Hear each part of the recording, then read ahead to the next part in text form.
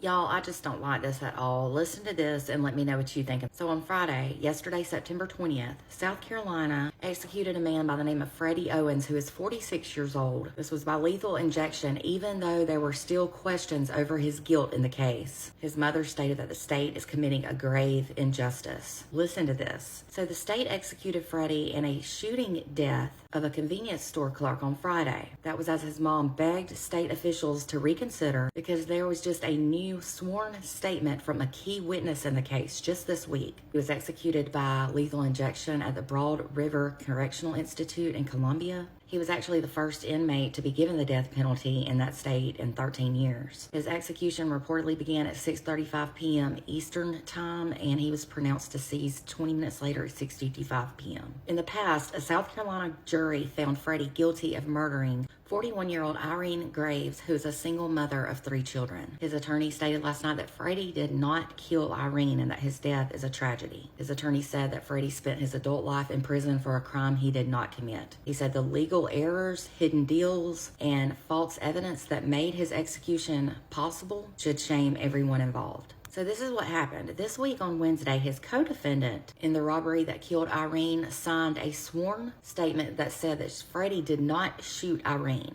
and that he was not even at the scene of the crime. This was opposite of his previous story that he had been telling for over a decade. But the statement failed to sway the court or the state's governor, who denied Freddie clemency shortly before his execution. There were several protesters outside the prison when the execution happened, and they were calling the governor Henry McMurder. His real name is Henry McMaster, the governor. Now, Irene's son, on the other hand, witnessed the execution, and he stated that he's glad the process is finally over and that he thinks the last-minute sworn statement came too late. Her son is Arctic Graves, and he said if it was true, he feels like the co-defendants should have said something earlier, and that is something that person will have to deal with in their conscience. But in my opinion, that's not fair. That is not right at all. What if Freddie really is innocent, and they just took the life of an innocent man? It was said that Freddie's last meal consisted of 2 cheeseburgers, a well-done ribeye steak, 6 chicken wings, French fries, 2 strawberry sodas, and a piece of apple pie. The only words before his death was to simply say one word, and that was to tell his attorney bye. That's all he said was bye. I think he knew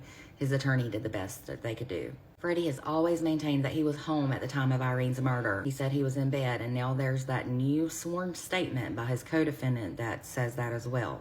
His co-defendant stated that he went along with detectives who told him to say that Freddie was with him during the robbery. He said that he substituted Freddie for the person that was really with him at the gas station robbery and murder that night. He claims he did that because he knew that's what the police wanted him to say, and also because he thought the real shooter and his associates would kill him if he named the real killer to police. And he said he's still afraid of that, but that Freddie was not actually there. Now, the co-defendant's last name is Golden. I don't know his first name, but he reached a plea agreement with prosecutors to testify against Freddie, and he avoided the death penalty. So his murder charge was reduced to involuntary manslaughter, and he was sentenced to 28 years in prison. The South Carolina Supreme Court ruled on Thursday that Freddie's execution could continue, and that Golden's new statement doesn't trump confessions that they say he made to his girlfriend and his mom and 2 police officers. Freddie's mom begged for mercy, and his attorney was highly disappointed in the decision. As I said, his mom said this was a grave injustice. So what do y'all think about this? This was literally a matter of life and death. I firmly believe they should have looked into this more instead of going into the execution. It's not right or fair in my opinion. Only God knows, I guess, but in my opinion, if I were the victim's family, this would not be justice to me until it was all looked at thoroughly. Anyway, let me know what you think in the comments. And for more true crime, don't forget to hit the follow button